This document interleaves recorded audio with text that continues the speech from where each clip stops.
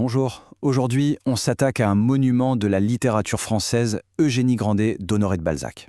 C'est une histoire de fortune, une histoire d'amour absolu, et au fond, c'est l'histoire d'une question terrible. Est-ce qu'on peut hériter de l'or, bien sûr, mais aussi hériter d'une obsession?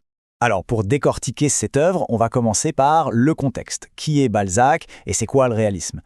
Ensuite, on va pousser la porte de la maison Grandet, un monde à part. On verra comment l'arrivée de Charles vient tout dynamiter, ce qui nous mènera au choc des passions. Puis, on analysera l'héritage d'Eugénie, un héritage de solitude, avant de finir sur le concept clé de tout le roman, l'idée fixe. Allez, c'est parti. Première section, Balzac et le réalisme. Pour vraiment saisir la puissance de ce livre, il faut comprendre un peu l'auteur et le courant littéraire dans lequel il s'inscrit. Faut bien voir que ce roman, il ne sort pas de nulle part. En fait, il fait partie d'un projet complètement fou que Balzac a appelé la comédie humaine. Son ambition? Rien de moins que de peindre toute la société française de son époque, dans plus de 90 romans, et Eugénie Grandet, eh bien, c'en est une des pièces maîtresses.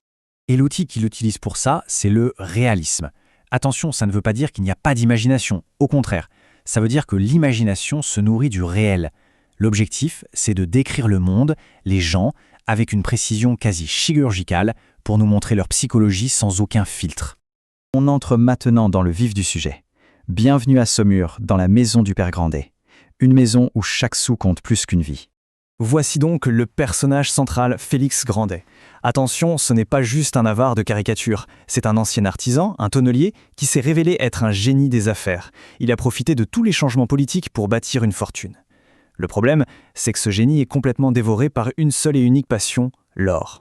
Et c'est là que le drame commence. D'un côté, il y a cette richesse colossale, mais totalement cachée. Et de l'autre, la vie de misère qu'il impose à sa famille. Sa femme et sa fille, Eugénie, vivent dans le froid, avec des rations comptées. Il contrôle tout, chaque bougie, chaque morceau de sucre, tout en se plaignant sans cesse d'être pauvre pour ne jamais rien dépenser. C'est une véritable tyrannie domestique, basée sur l'avarice. Troisième partie. Dans cet univers complètement gris, froid, silencieux, un seul événement va suffire à mettre le feu aux poudres. L'arrivée d'un cousin qui débarque de Paris. Et là, c'est vraiment le choc des mondes. D'un côté, Eugénie, la vie de province, pure, naïve, et qui ignore qu'elle est richissime. De l'autre, Charles, le dandy parisien, élégant, habitué au luxe, mais qui est en fait totalement ruiné. C'est une rencontre explosive forcément. Il faut se mettre à la place d'Eugénie. Elle n'a jamais rien connu d'autre que sa maison et la tyrannie de son père. Charles, pour elle, c'est une apparition. Son amour est immédiat, total, absolu. Cette phrase, qui a inspiré Balzac, résume parfaitement sa passion. Une fois que son cœur est donné, c'est pour toujours. Et on arrive donc au cœur du réacteur du roman, l'affrontement inévitable entre deux obsessions, deux forces de nature, l'amour d'Eugénie et l'avarice de son père. Tout bascule à ce moment précis. Charles doit partir. Et Eugénie, dans un geste d'amour pur, lui donne son seul bien, son trésor personnel, des pièces d'or rares. Pour elle, c'est un don total. Mais pour son père, c'est un sacrilège. C'est comme si on lui avait volé une partie de son âme. Sa colère est biblique. Il va jusqu'à enfermer sa propre fille dans sa chambre, un acte d'une cruauté telle qu'il va briser sa femme, qui en mourra de chagrin. On en vient maintenant aux conséquences à long terme, au prix que va payer Eugénie pour sa fidélité à son amour. La chronologie est d'une froideur terrible. D'abord, Eugénie perd sa mère, tuée à petit feu par la méchanceté de son mari. Ensuite, son père meurt, en demandant à voir son or une dernière fois. Et puis, après 7 années, 7 longues années d'attente, le coup de grâce. Une lettre de Charles. Il annonce qu'il a fait fortune et qu'il épouse une aristocrate pour son titre. La trahison est absolue. Et au milieu de ce désastre, il y a ce chiffre. 19 millions de francs.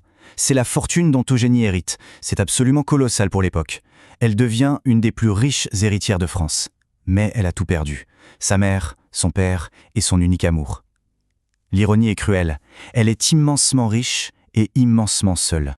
Dernière partie. Pour vraiment comprendre la fin du roman, il faut saisir un concept psychologique qui est partout chez Balzac. Ce concept, c'est celui de l'idée fixe, l'obsession qui devient un destin. Alors, une idée fixe chez Balzac, c'est beaucoup plus qu'une simple manie. C'est une pensée, un désir, qui prend toute la place, qui dévore une personne de l'intérieur, qui guide chacune de ses actions et qui finit par sceller sa destinée. Et c'est fascinant de voir comment ça s'applique ici. Pour Félix Grandet, l'idée fixe, c'est l'or. Résultat, une fortune immense, mais une vie vide d'amour.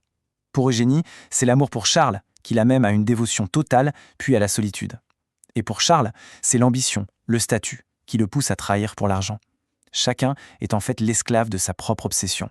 Et voilà la conclusion, tragique et glaçante.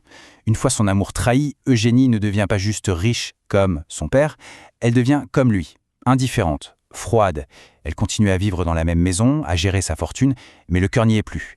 Elle a hérité de son argent, mais aussi et surtout de son vide affectif.